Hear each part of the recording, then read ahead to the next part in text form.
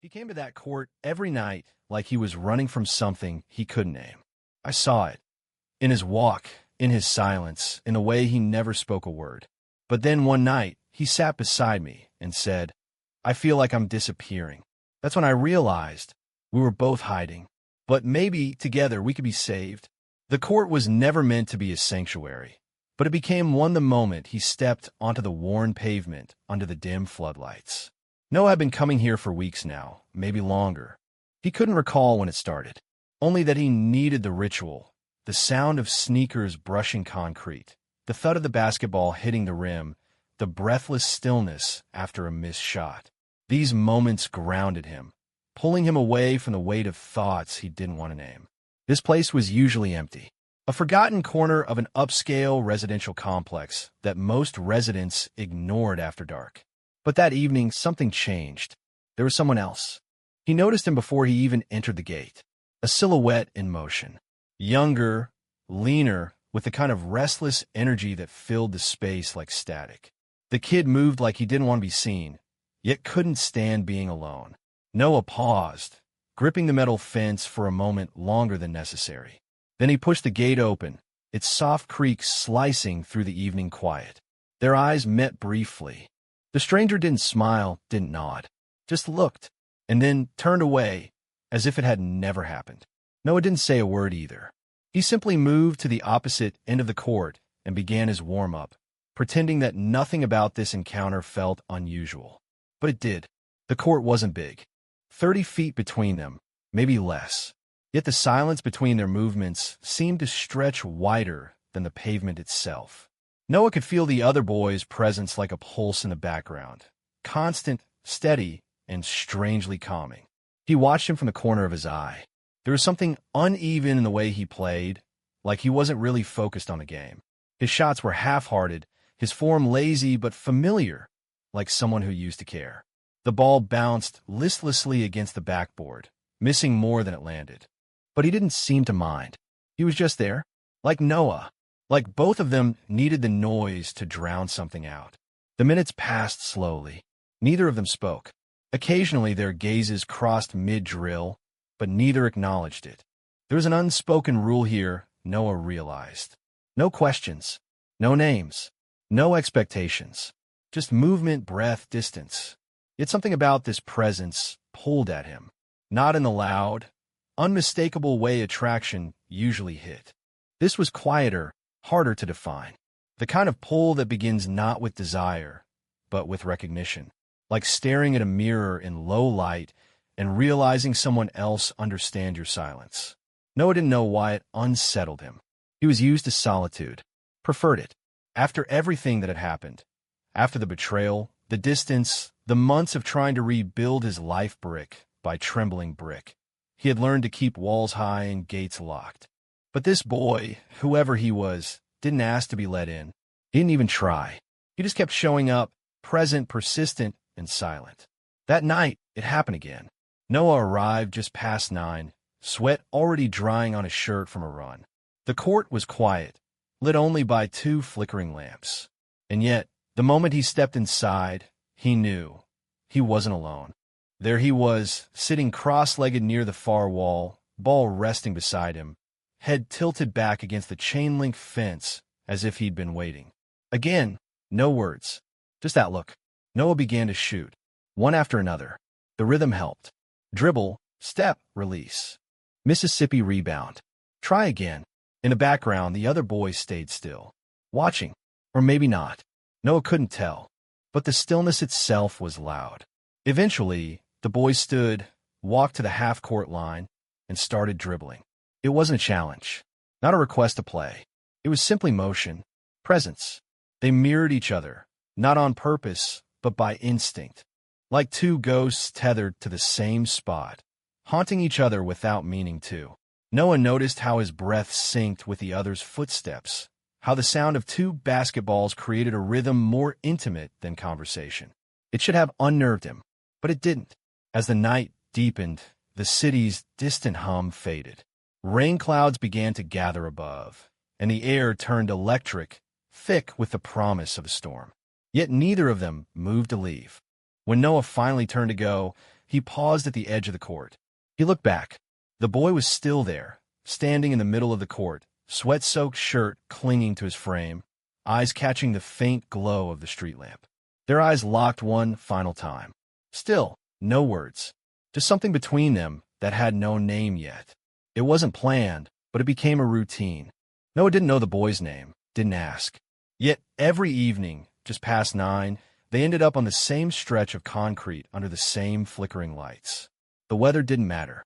Cold air, damp heat, even misty rain, both showed up like something unspoken had been agreed upon. At first, it unsettled him. Routine wasn't something Noah allowed into his life easily anymore. After the collapse, after months spent rebuilding in silence, he avoided patterns that hinted at connection. He trusted rhythms of his own making, solitary, predictable, safe. But this wasn't just his anymore. The boy, lean with messy dark hair and an easy kind of stillness, rarely touched the ball for the first few minutes. He sat or stretched or leaned against the fence, always watching, never with judgment, just observing, like he found comfort in Noah's consistency.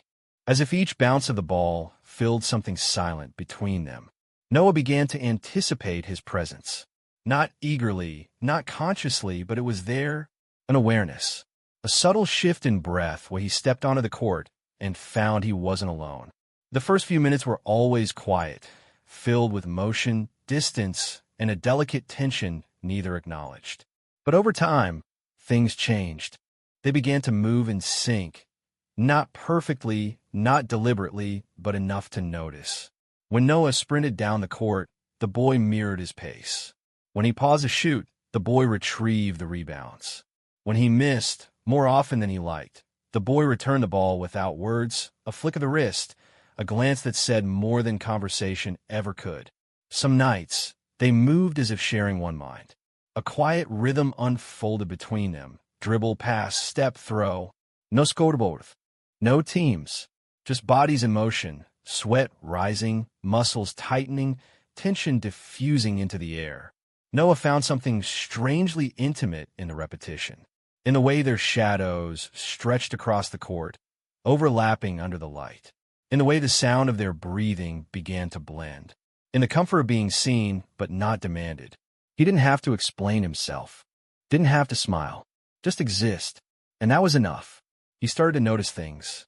The boy's wrists bore faint red lines, not fresh but recent. He always wore long sleeves when he arrived, even in the heat, but they slid up when he moved. Noah never stared, never asked. But he saw, and it stayed with him. He noticed the slight hitch in the boy's breath when he laughed. Rare, brief, more like an exhale than a sound. He noticed the way he would sometimes close his eyes mid-dribble, like he was somewhere else, somewhere far away. He noticed that he always left 5 minutes before Noah. Never said goodbye, just drifted into the dark, slipping past the gate without a sound. These weren't accidents. These were choices, boundaries, and Noah respected them, because he had his own. One night, the court was soaked. Rain had fallen in the early evening, and puddles still dotted the surface.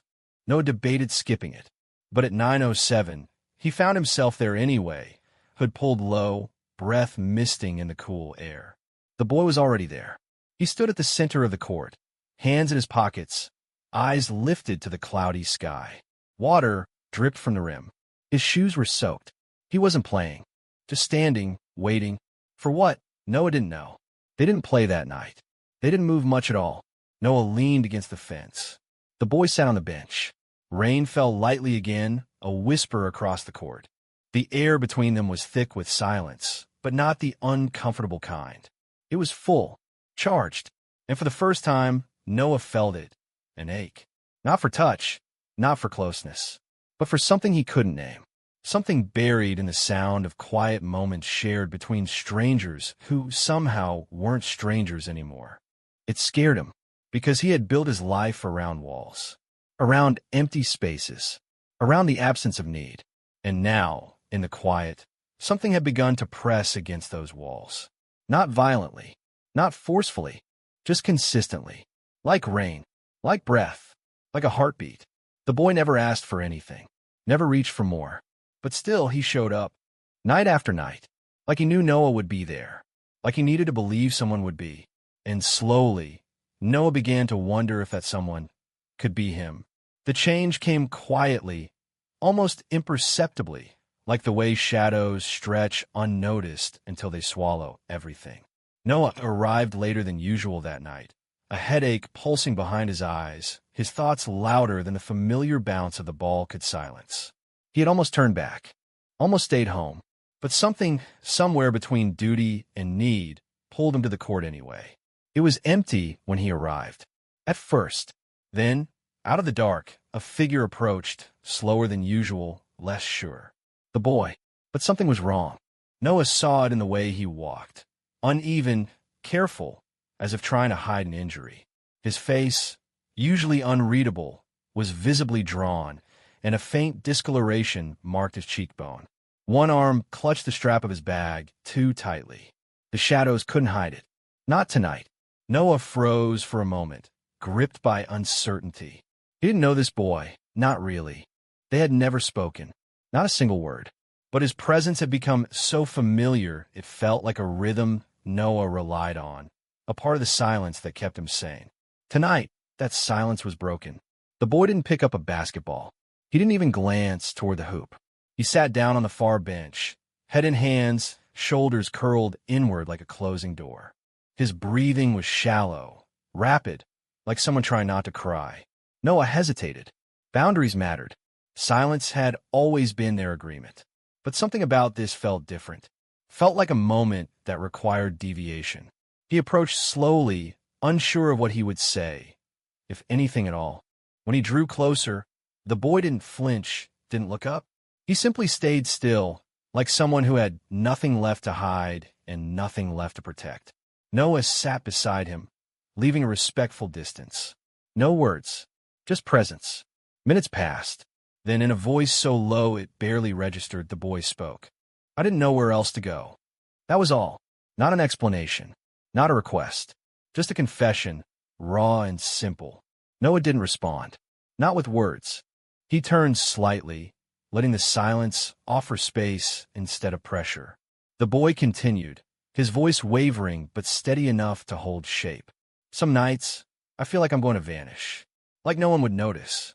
There was pain there, not dramatic, not performative, just the quiet ache of someone who'd spent too long pretending everything was fine. No one knew that feeling well. It had lived inside him once too. He finally spoke, his voice rough from disuse. You showed up. The boy looked at him, then, truly looked, and for the first time there was something in his eyes beyond hurt. It was recognition. You did too, he whispered. They didn't need to say more. After a while, the boy pulled his knees up to his chest, resting his chin on them like a child seeking shelter. Noah remained still, offering nothing but nearness. He realized then that this moment, this fragile stillness, was more intimate than any physical touch. Names didn't matter. Backstories could wait.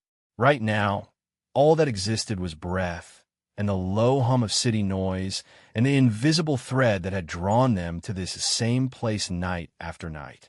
Noah didn't try to fix anything. He didn't ask what had happened or who had hurt him. He knew the weight of being asked to explain what you didn't yet understand yourself. Instead, he stood slowly and walked toward the half-court line, picking up a ball. He bounced it once, then twice, then shot. The ball missed. It didn't matter. He looked over his shoulder. The boy was watching.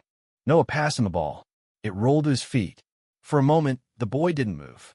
Then, with quiet deliberation, he stood, picked it up, and walked onto the court. They didn't talk, but they played. Not competitively. Just side by side, exchanging rebounds, trading shots, building something wordless and safe between them. Noah noticed how the boy's shoulders began to relax. How his movements, at first stiff and tentative, became more fluid. He wasn't smiling, but the tension in his jaw eased. Later, when they both sat down again, drenched in sweat and silence, Noah felt something shift inside him. This wasn't just routine anymore. This wasn't just ritual. This was connection, and though neither of them would dare name it yet, the court had become more than a place to run from the world. It had become a space to be seen, to be real, to exist without performance. As they parted ways that night, The boy offered a glance. Not quite a smile, but close. And Noah, for the first time in years, felt something like hope. The days grew shorter, the air heavier with the weight of something neither of them had yet spoken aloud. By now, they no longer arrived on the court by coincidence. There was a rhythm to it, a silent agreement. They didn't call it routine, but it was one. Not built on obligation, but on gravity. One pulled, the other followed. Noah had begun to notice details he couldn't ignore. The boy, still nameless, still careful, had stopped hiding his eyes. He met Noah's gaze more often now, not with confrontation, but with curiosity, and sometimes with something else. A question, a fear, a longing. On a Friday evening, the sky above was bruised purple, tinged with gold. The court shimmered with leftover heat, and Noah arrived earlier than usual. He sat on the bench, water bottle in hand, his thoughts scattered. Work had been a blur, conversations hollow. But this place, this hour, always clear the static. The gate creaked. Noah looked up, expecting the usual glance, the usual silence. But the boy didn't come in. He stood just beyond the fence, gripping the bars like someone unsure whether to go forward or turn back. His face was flushed, not from running, but from something internal. His chest rose and fell with a breath held too long. He looked at Noah, not like before, not cautiously, not distantly, but directly. Noah stood slowly, sensing the change. The quiet between them had always been safe, protective. But now it felt charged, as if everything they had left unspoken was pressing at the edges, demanding to be acknowledged. After a few tense seconds, the boy opened the gate and stepped inside. He didn't carry a ball, didn't drop his bag near the fence. He walked straight toward Noah, each step deliberate, eyes never leaving his. And then he stopped, just a few feet away. Noah's pulse quickened. The space between them, once filled with breath and distance, now felt unbearably small. The boy spoke. His voice was steady, but something beneath it trembled. "I don't know what this is." It was the first real sentence Noah had heard from him since that night on the bench. He didn't respond. He wasn't sure he could. "I just know that when I'm not here," the boy continued, "I feel like I'm waiting for something that doesn't exist anywhere else." Noah looked at him, not just with his eyes, but with the kind of attention reserved for things too fragile to name. He saw it all. The tension in the boy's jaw, the way his hands tightened into fists, the vulnerability hiding beneath the attempt at bravery. He understood, because he felt it too. Noah stepped forward. Not much, just enough. He didn't reach for the boy, didn't speak. He simply stood there, breathing the same air, letting the silence say what words could not. For a moment, they remained like that, two lives tangled in stillness. Then the boy did something unexpected. He turned his back, walked a few paces away, and dropped to sit on the court floor, legs crossed, hands in his lap. He didn't look back, but the message was clear. He was inviting Noah into his space. Not with touch, not with words, with trust. Noah hesitated only a moment before joining him. They sat side by side, not touching, not facing each other, just breathing together. The sky darkened. The first stars blinked through the city haze. Somewhere nearby, the dog barked. A car alarm chirped. Life continued, but inside this moment, there was only quiet understanding. Eventually, the boy spoke again, barely more than a whisper. "I've never told anyone. I mean, really told." Noah didn't ask what. He didn't need to. He only replied with the smallest of gestures, a slow, deliberate nod, a signal that he was listening, that he would continue to be there, whether the words came now or never. The boy let out a breath, a long, shaking exhale that sounded like surrender. They stayed like that until the lights began to flicker out, until the night cooled enough to raise goosebumps along their arms, until the quiet no longer needed to hold so much weight. When they finally stood, something between them had shifted. The distance had collapsed, not in a dramatic rush, not in a confession or a kiss, but in trust, in vulnerability shared through silence. And though nothing had been defined, nothing had been claimed, no one knew that something sacred had just been born, a connection that no longer needed to be questioned. It simply was.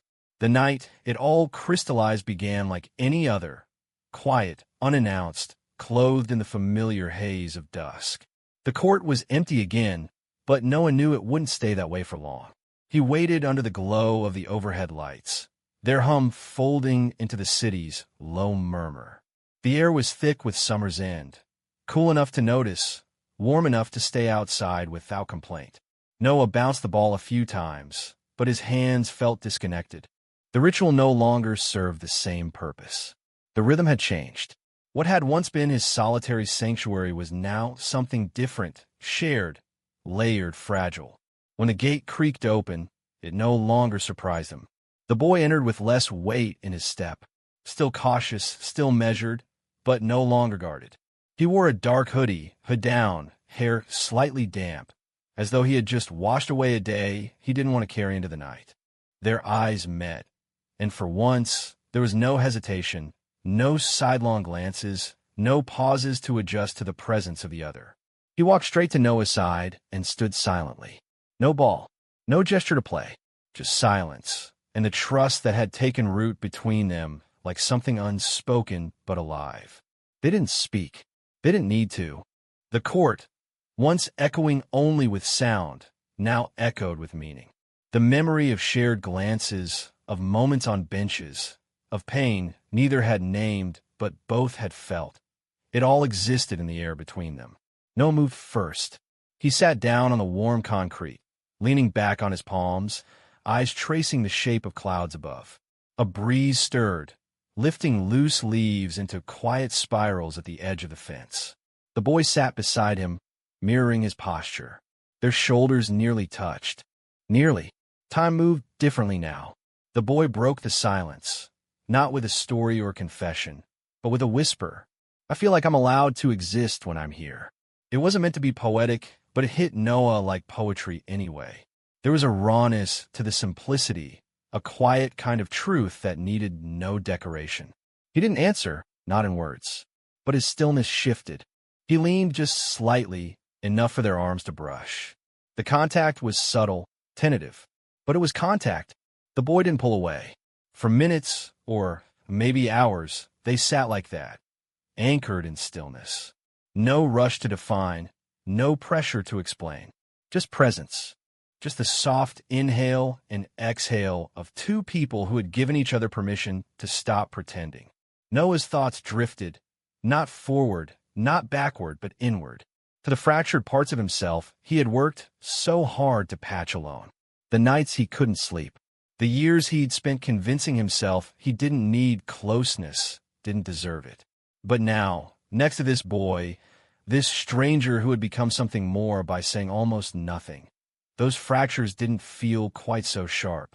The sky above them darkened to a rich navy, punctuated by stars barely visible through the city's light. Somewhere in the distance, thunder rolled, far off but certain. A storm was coming, but they didn't move. They welcomed the wind when it came. It swept across the court gently at first, then with growing insistence.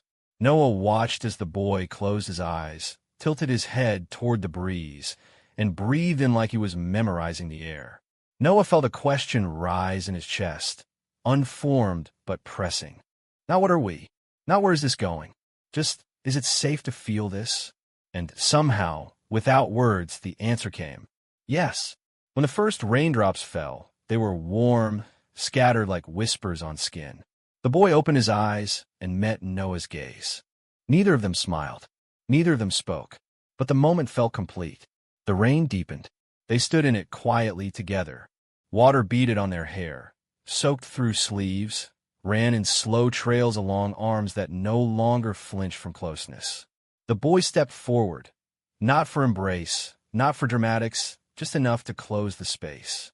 He didn't touch Noah, but he stood near, gaze steady, breath calm. The storm swirled around them, and still, they didn't move away. When they finally left the court that night, they walked side by side in silence, hoods up, soaked and shivering and unafraid. Nothing had been defined. Nothing needed to be, because something had been built between them, layered in repetition, carved through silence, bound not by confession but by presence.